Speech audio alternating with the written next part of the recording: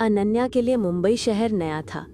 वो अपने काम के सिलसिले में मुंबई के एक पुराने अपार्टमेंट में रहने आई थी, फ्लैट नंबर 904, जो कि 9वीं मंजिल पर था। जैसे ही उसने उस बिल्डिंग में कदम रखा, उसे एक अजीब सा डर और गहरा अकेलापन महसूस हुआ। हवा में एक अजीब सी खामोशी थी जो उसके दिल में एक अनजानी बेचैनी पैदा कर रही थी। शुरुआत की रातें मुश्किल थीं। उसके बगल वाले फ्लैट 903 से हर रात खटखटाहट और फुसफुसाहट की धीमी लेकिन लगातार आवाजें आती थीं।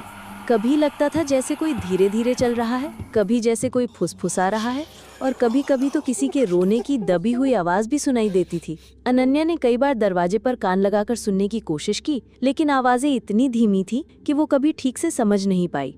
एक दोपहर जब अनन्या अपनी बालकनी में खड़ी थी तो 903 का दरवाजा खुला और एक अधेड़ उम्र की महिला बाहर निकली। उन्होंने अनन्या को देखा और एक फीकी मुस्कान के साथ कहा, नमस्ते, मैं मल्होत्रा, फ्लैट 903 से। अनन्या ने राहत की सांस ली। नमस्ते, मैं अनन्या, उसने जवाब दिया। मल्होत्रा आंटी ने उसे अपने फ्लैट पर चाय पर बुलाया। अंदर का माहौल अजीब था। फ्लैट में पुरानी चीजें बिखरी पड़ी थीं और हवा में एक अजीब सीलन और पुरानी यादों की गंध थी। चाय पीते हुए मल्होत्रा आंटी ने कहा, तुम 904 में रहती हो? उस फ्लैट में पहले भी एक लड़की रहती थी, बिल्कुल तुम्हारी उम्र की, वो भी अकेली थी। अनन्या ने पूछा, क्या हुआ उसे? मल्होत्रा आंटी ने एक लंबी सांस ली। वो एक दिन अचानक गायब हो गई, किसी को पता नहीं चला कि कहाँ गई। अनन्या के मन में एक सिहरन दौड़ गई। धीरे धीरे 903 से आने वाली आवाजें और भी डरावनी लगने लगी। कभी कभी तो अनन्या को लगता था जैसे कोई उसका नाम फुसफुसा रहा है।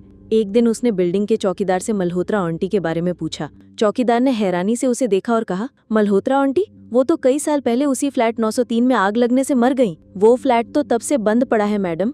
ये सुनकर अनन्या के पैरों तले जमीन खिसक गई। उसका शरीर कांपने लगा। अगर मल्होत्रा आंटी मर चुकी हैं, तो वो कौन थी जिससे वो मिली थी? और 903 से आने वाली आवाजें किसकी थीं? वो तुरंत अपने फ्लैट से बाहर निकली और 903 के दरवाजे की ओर भागी। उसका दिल जोरों से धड़क रहा था। जैसे ही वो दरवाजे के पास पहुंची, दरवाजा अपने आप धीरे से खुल गया। अंदर से एक ठंडी हवा का झोंका आया और एक धीमी जानी पहचानी आवाज ने उसे अंदर बुलाया। अनन्या, अंदर आ जाओ। अनन्या जैसे किसी जादू के असर में आ गई थी। उसका शरीर उसका कहना नहीं मान रहा था।